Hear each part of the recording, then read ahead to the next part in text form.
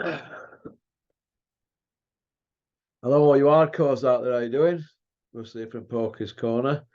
Biggest gob in sport. We're just waiting for Julian to click on. He should be here any second. He's always bang on, Julian, for time. Here we go. What I tell you, you can set your clock by Julian for times. So, hello, Julian. Hope you're well. I'm pretty reliable, mate, when it comes to punctuality.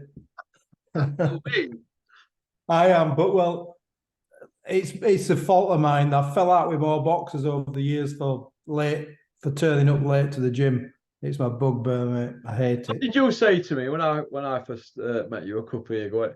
It's to be late is rude, to be on time is late, and to be early is on time, or something like that, wasn't it? I forget it, but it's just I were always at the gym 5 minutes before and the last person out at the gym. And I'm similar at work, you know, if I have a meeting at 9 o'clock, 10 o'clock, that's what time we have a meeting. It's as simple about that. Sometimes people are late, you can't help it, it's unavoidable. Sometimes you got to cancel. But people who are perpetually late, it's just an arrogance. It means that my time is more valuable than you. So I'm going to keep it hanging on. So I've got no time for lateness, mate. None. Do you know where? Obviously, you're a CEO of that company, and that you know people who. I'm not a CEO, but I'm a director. Yeah. Yeah. But people, whatever they call it. Yeah. Frank Smith's a CEO, isn't it, Matcho? He is. Mate, Frank Smith's punctual, mate. I bet he earns a hell of more than I do. Did you used to go mad at people who were late? I'm pretty laid back, as you can tell, and anybody who watches this know I'm laid back. But the only time I ever truly lost it was with Sykes. Gary Sykes. Unsurprisingly, it was with Sykes.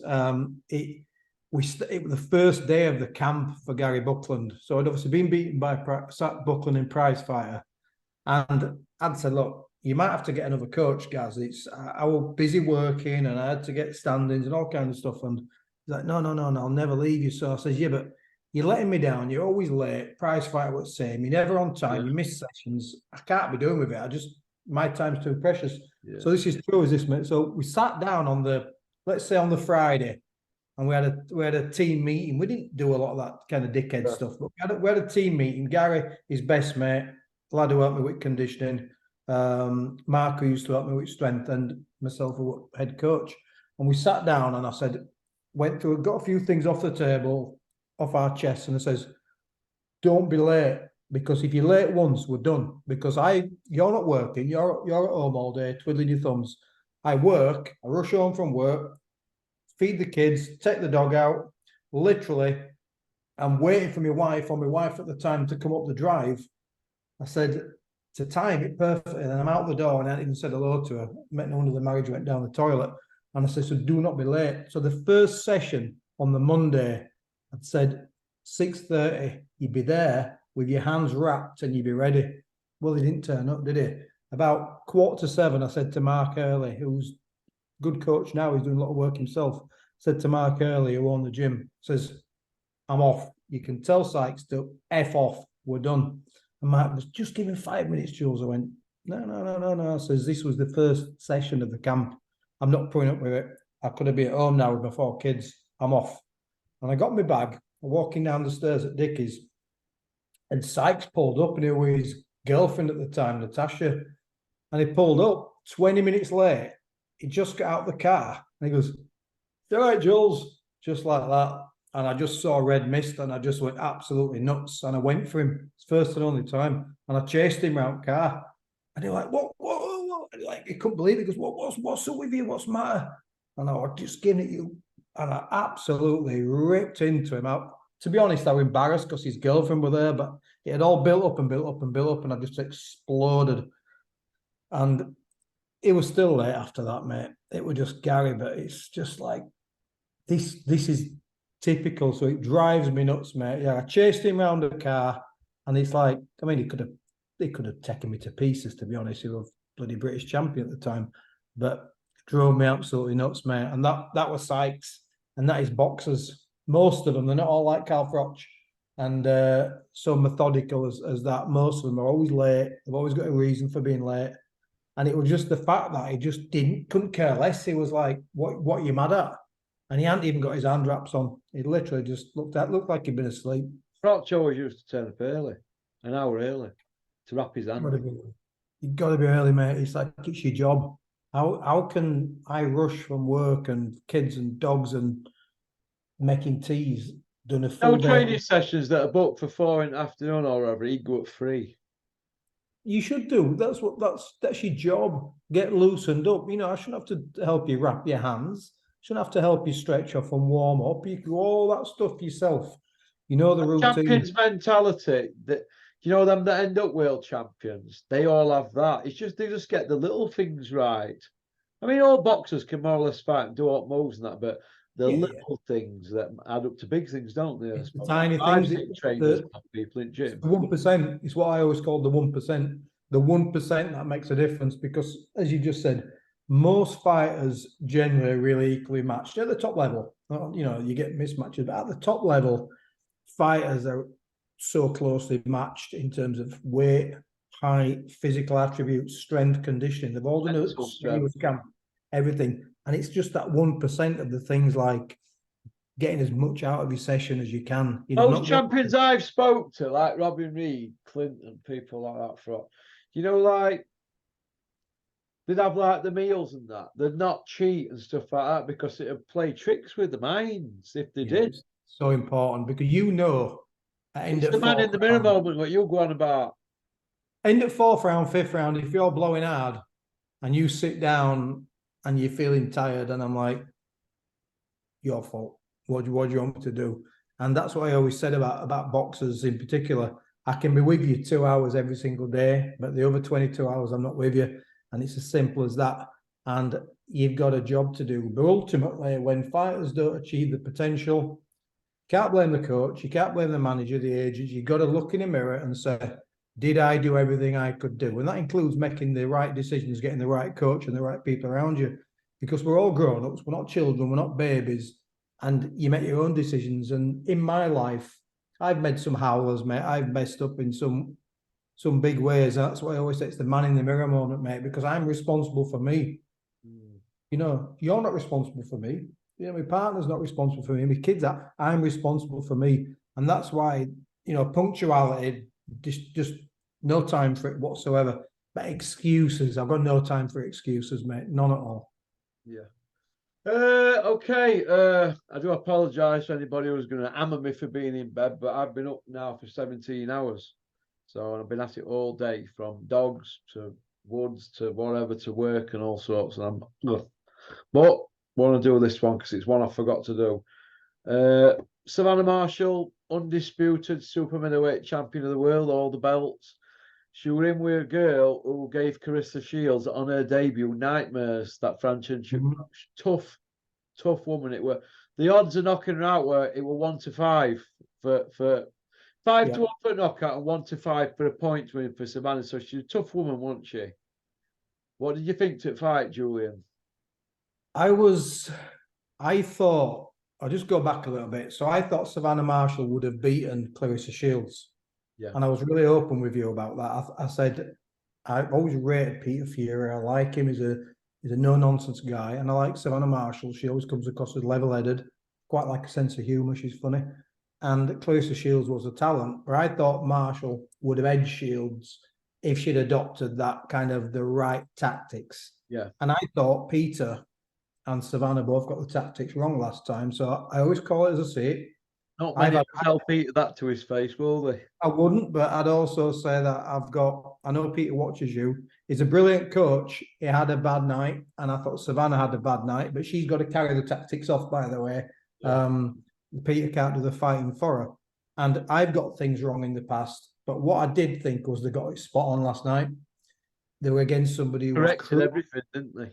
Everything what they should have done against Shields. I understand Shields is a different animal to Cruz, but it was all about getting power and leveraging the shots and creating space against somebody like that. And I just thought she got the tactics absolutely spot on. Each round was hard. Physically, you're fighting somebody who's scrappy, a little bit rough around the edges, hell of a chin. Got a phenomenal chin on her. And I thought she did a good job against a good opponent. And had she employed those tactics against Clarissa Shields, I think we might have had a different result. Understanding of completely, Cruz is not Shields. They're a different animal. But I thought the judgment of distance was really good, because when she fought Shields, that pity-patty switching and not knowing what zone she wanted to be in, I was like, that is not the way to approach this. But when you're a puncher and when you've got long limbs against someone like that, you got to create space. And even though that space only comes for a split second because she's closing you down, you can't think about it. You got to let the hands go. I thought the one combination that was brilliant all the way through. By the way, the jab was good. She was out jabbing Cruz, but the one combination, what was just I loved, was the overhand right, the left up to the body and the left up to the head. She was timing that shot time and time again. A left hook was great. A right hand timing didn't work for a couple of rounds, but I thought technically on points she won comfortably. I gave her 8 rounds of the 10. And by the way, anybody who disagrees, if you watch me long enough on Russells, you know I'm honest. I've just said I thought they got the tactics wrong last time. I thought Clarissa Shields beat Savannah last time by 3 or 4 points as well. So I didn't have that as a close fight. But I thought last night, I think the judge who scored it a draw wants sacking. Should never be able to judge a fight ever again. And I think the whole panel, Johnny Nelson, I think had it 3-3 after 6, which was staggering. It was 6-0, wasn't it? After 6, wasn't it? I think he had it even, I'm not sure. But I'll tell you what was the big clue for me that you knew that Savannah Marshall won that fight clearly. The most biased person in the whole arena was obviously Clarissa Shields, because they're good friends, the business partners. I think they're really good friends there and Cruz. You know, the box before, but they kind of admire each other. And Shields, even though she had Cruz 3 up after 3 rounds, I thought that was crazy. I thought the second and third were definitely 3 up Marshall's. after 3 rounds. What was she watching? I have no idea, but Clarissa Shields did say she had it even. So if you're someone who's so biased and you have your friend as a draw 5 rounds all, then that means she's lost by a few points. So well, there were 7 rounds between one judge and the guy who had it a draw in a 10-round fight. So what are they watching?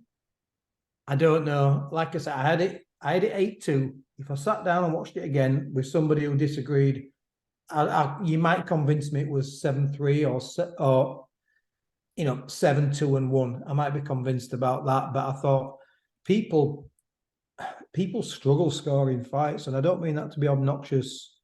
It's like people say, you can see who won that fight, you can see who won that fight. You've got to have a certain eye. You've got to be able to spot the things that are happening. I'm not just talking about punches landed. I'm talking about the creation of distance, ring generalship, defense, and punches have to land clean. Cruisers were sloppy.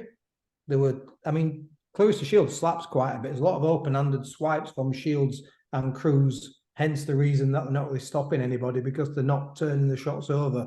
But Cruz has got an incredible chin. But the way that Marshall, her shots were landing, she was turning the shots over.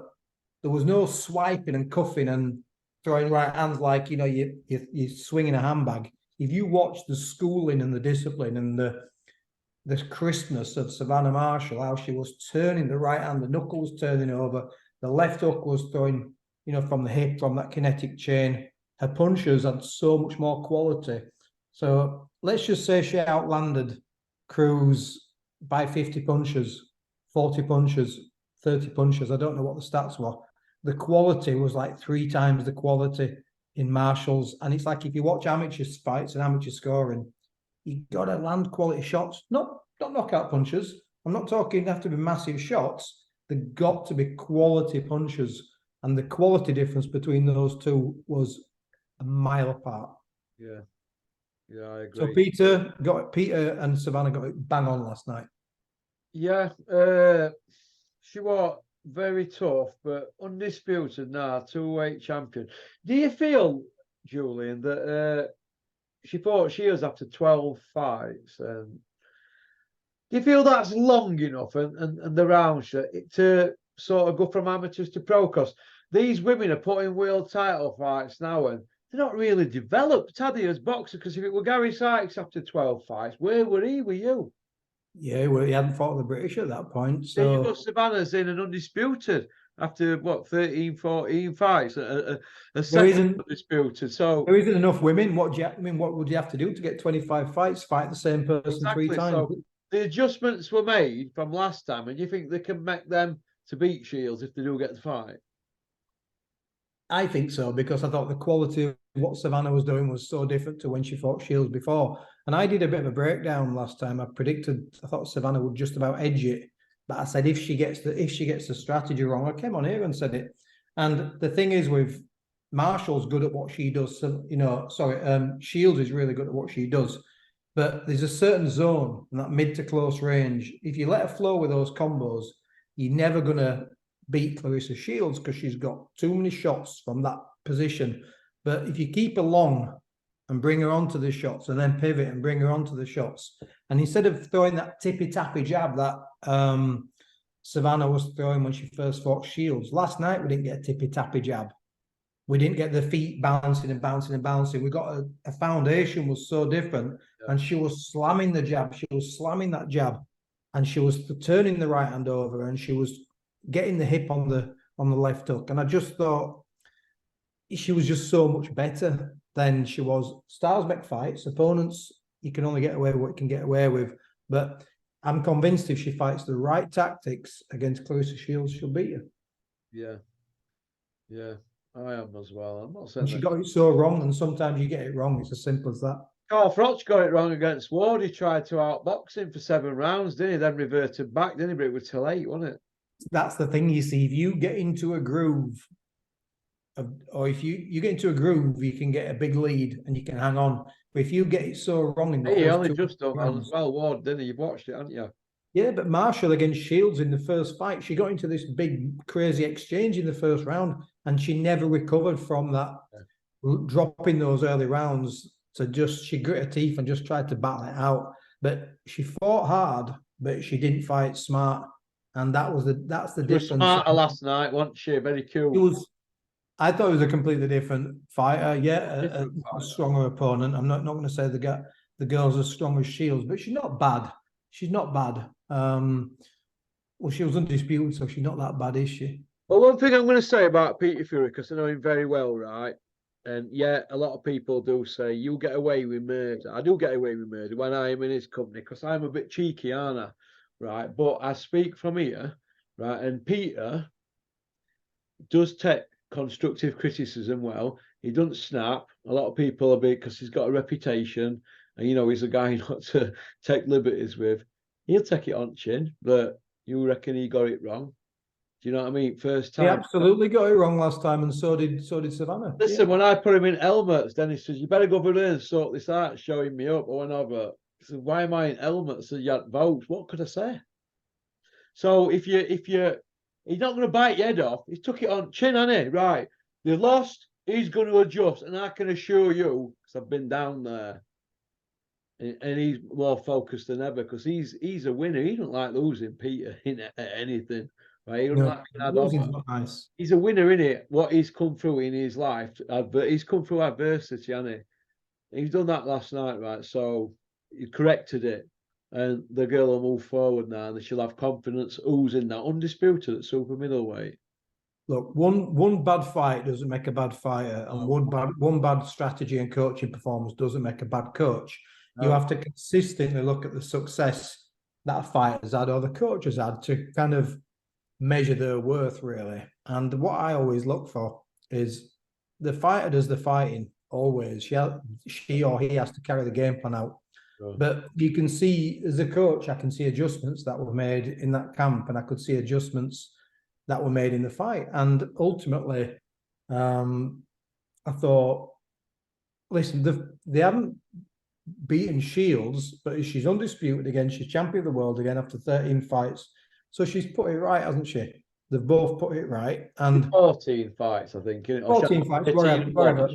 But you can't knock somebody, can you, for just taking that time off, no tune-ups, straight back in, won all the belts, and let's see what happens. And what did she do? She's come back and won undisputed. Can we be critical of her performance or Peter's? No, I mean the only thing I would say is Cruz is crude. The bar is quite low in female boxing, and that's not being Well, offensive. Shields didn't look fantastic last time out, did she? Shields didn't look fantastic. She didn't. I guess she got the win, and that's the most important thing. But as you know, and if you want to talk about Anderson at some point, Jared Anderson, Yeah. you can't please everybody, can you? No, you can't. Everybody's got an opinion on boxing. Everybody's got an opinion on the scoring of a fight, on how a performance goes off, and everyone's got an opinion on everybody. That's just human nature, isn't it? But ultimately, she's the undisputed champion. She got the win. Peter's your friend. He's not my friend. I don't know the guy. I've never met him in my life. I like his straight talking approach. Right. I've always liked that. And ultimately, he must be doing something right. Simple as that. Yeah, people begging him to train them. Begging, mate. I've seen it. From all round country. It wouldn't surprise me. He's like, no, you're still with so-and-so. You're not interested, Pete. He's not like that. He's enough on his plate. Right, enough. And you don't see much of Peter online. You don't see Peter on Instagram doing pad videos, do you? Didn't see him on Sky last night. He being interviewed, I was shocked, but hey ho. So well done to Savannah Marshall. Right, Jared Anderson. A lot of big noise has been made about him. Curtis Woodhouse has been in touch with me. His charge, Adrian King, that's turning pro. He fancies him against Jared Anderson down the line. Good luck with that, Kurt. But people have been critical about Jared Anderson, 23-year-old, knocking everybody out. He's run into a former world champion who dropped Ortiz twice, a bit more seasoned, a bit older. He dropped him at third, but he sort of ran out of ideas, didn't he, really? Is that because he's inexperienced? First of all, I'm glad with what you've said, because you and I agree on most things and disagree on some things. Yeah. And I've not spoken to you about your opinion on that fight. Now, I watched it this morning. I didn't watch it live. I've still got a few fights to catch up on from the DAZN show. I watched the main fights last night. What an absolute perfect fight for Jared Anderson at this point of his career. At this time, his 15th fight. How many times have you heard me talk about development of Anthony Joshua, that he didn't have the hard 10-round checks? Yeah. What Jared Anderson needs to do is he needs 3 or 4 more of them, because it tests your stomach for boxing. He'll look back and he'll say, what were the things I'm doing wrong? But ultimately, this is where people talk nonsense, and people are going to turn around and say, well, AJ knocked him out in 2 rounds. We all know. I've already had it in the comment section. Listen, anybody who knows anything about boxing knows A plus B doesn't always equal C, right? If it did, what's the one? Ali, George Foreman, Fraser, and all that. Well, so and so beat so and so and so. Yeah, but he did him and all that, wasn't it? Yeah. Thomas Hearns knocked out Duran in 2 rounds, and Marvin Hagler struggled with Duran. And by going by that, then it's nonsense, right? Listen, AJ, looking back now, all right, we give AJ some stick. I'll be consistent. Charles Martin's one of the worst heavyweight champions I've seen. That doesn't make him one of the worst contenders. He's probably a fringe kind of gatekeeper. Top 20 guy, isn't he?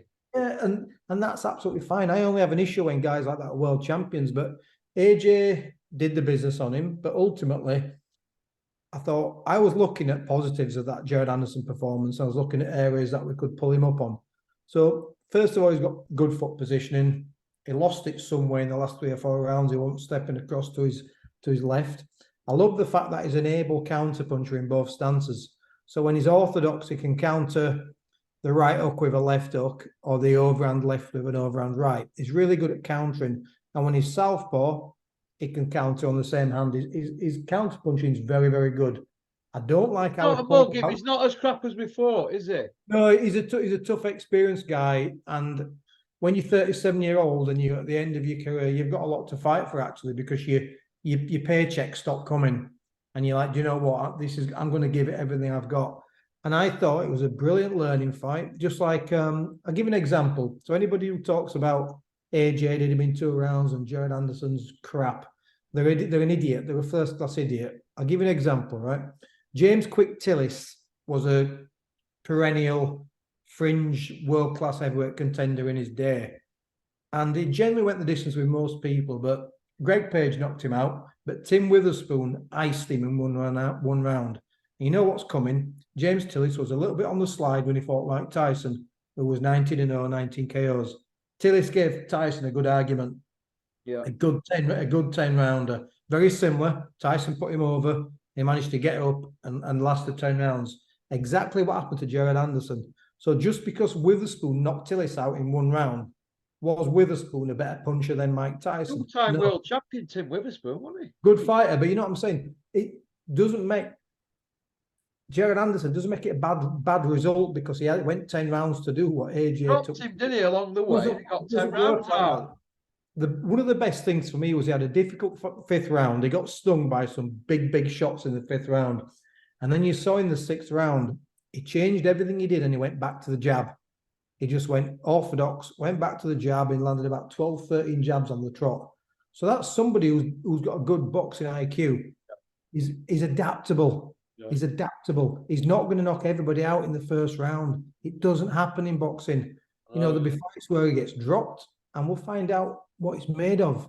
But knocking King Charles Martin out or whatever he's called in 1 round would have done him no good whatsoever. Well, 10 rounds against a southpaw, former world champion, is good and dropped him. He'll have took a lot from that 30 minutes, won't he?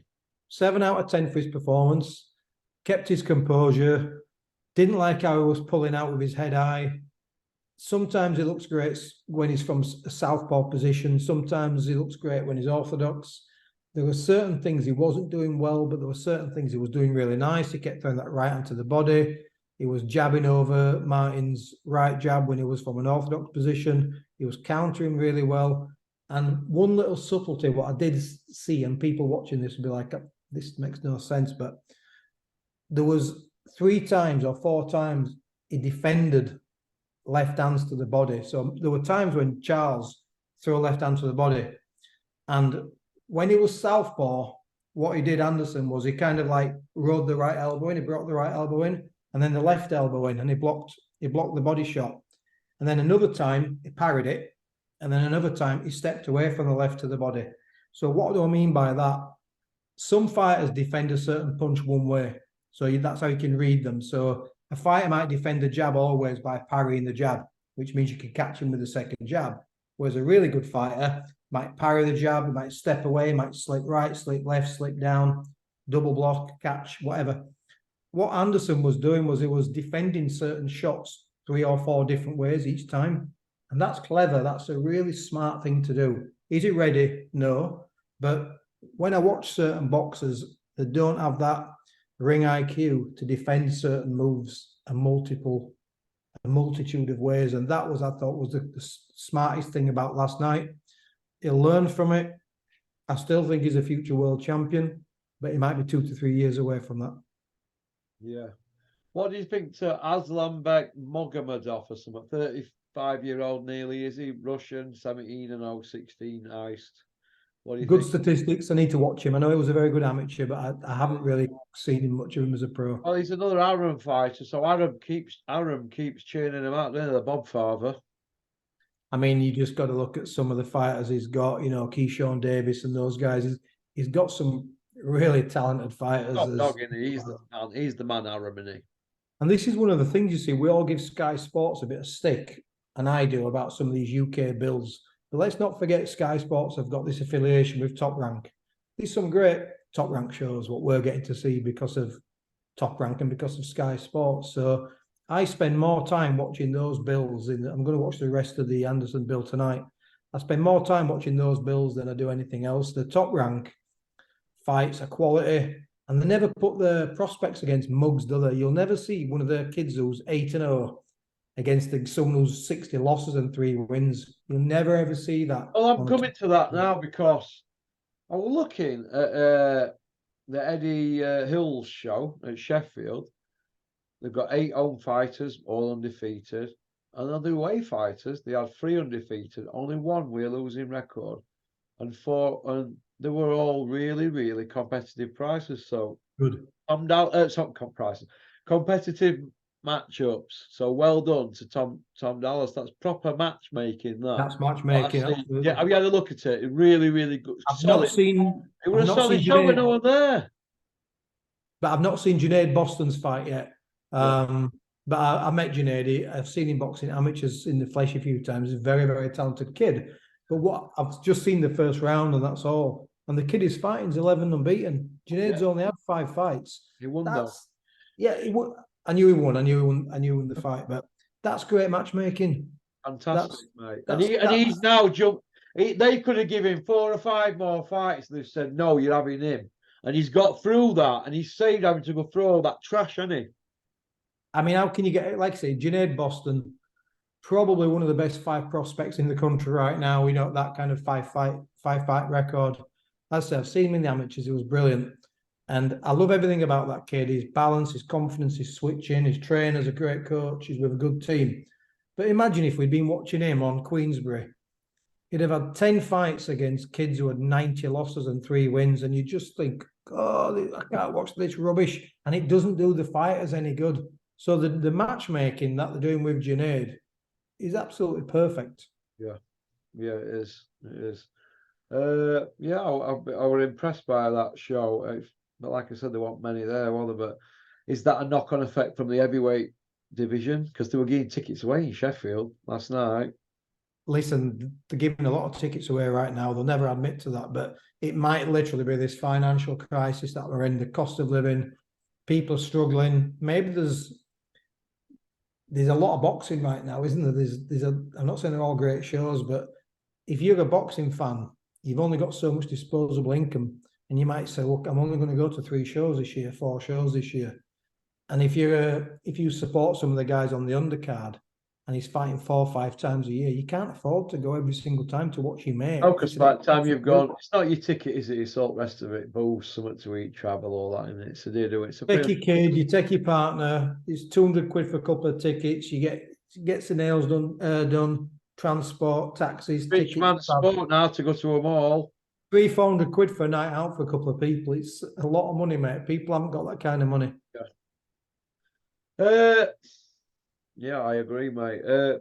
Do you think that we're going to see any movement with Tyson Fury and Garner? Because I've heard 2 whispers today from people who are probably in the know more than me, and they're saying it's more or less a done deal. But where they're coming out with a game change is it's going to be a boxing, then a UFC.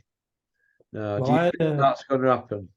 Is Tyson going to have the boxing and the UFC, or is he going to have the boxing and then go to the UFC? I had in my head, and this is crazy, and I've not said this to you, when he said it's a game changer. So first of all, I thought, if you look at who we know he's not fighting, so there's a whole list of heavyweights so we know he's not fighting. So he's not fighting any of the top fighters. So it can't be a game changer from a boxing point of view. So it has to only game changer for me is if it's Usyk and there's 6 belts on the line, 200. And that's a game changer. Yeah. That's the game changer. The rest, I'm not interested, and I will slate it to death if it ain't Usyk. So if it's Ngannou, I thought it's going to be one of 2. I thought it's going to be one of 2 things.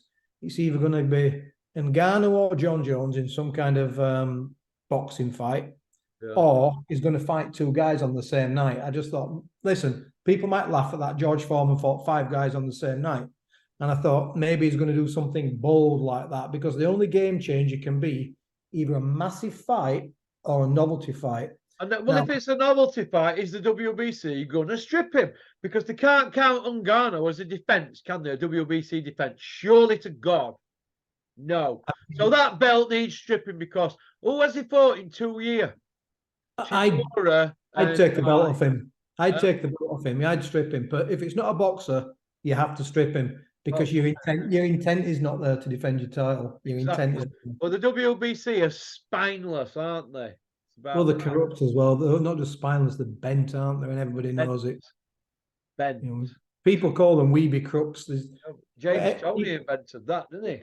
People smile when they say that, so you wouldn't smile if that was a preposterous thing to say. You call it weeby crooks, and everybody's like, they are. They're absolutely. I mean, Jose Sullivan, those guys, they're just absolutely bent, aren't they? And everybody knows it. Bricktop came out defending Tyson Fury. If Tyson comes out tomorrow and says Moon's made a yellow cheese, Bricktop will come out and back that up, won't it? Is he on the back foot now? I believe he is. I'm not the only one. a lot of people believe he just does as he's told now, and he's hanging on for dear life in the sport with Fury. Fury goes, what has he got going for his Sam Bricktop?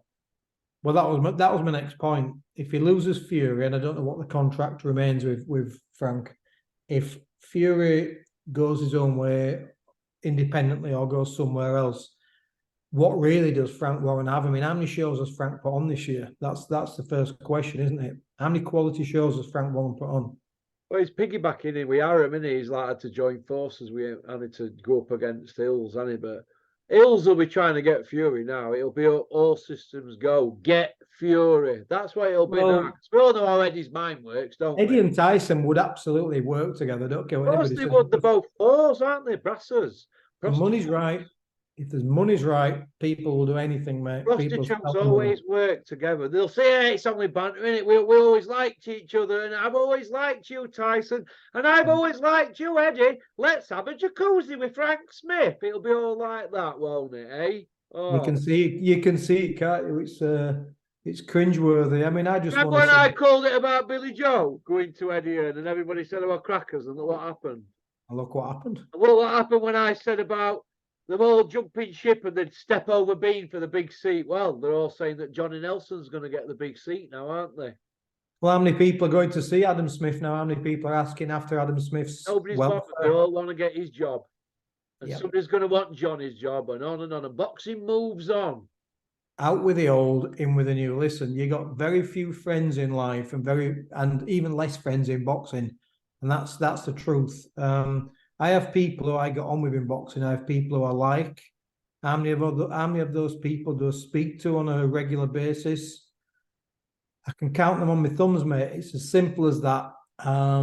Ultimately, I was the best thing since sliced bread when gyms were asking me to go train their lads. And the minute I said no, I heard from nobody. And I don't want to be too dark on this one, but two key things have happened to me in the last sort of 6.5 years, right? One, I separated from my wife, got divorced, and two, I lost my dad. The phone was dead, mate. How many people rung me to see how I was during those 2 periods of time? Nobody, exactly. Mate. All they wanted to know is, when are you back at the gym? Exactly. So there you go. But that's my fault. That's not their fault, because at some point in your life, you wake up, don't you? Oh, yeah, you do, mate. You wake up and you say, do you know what?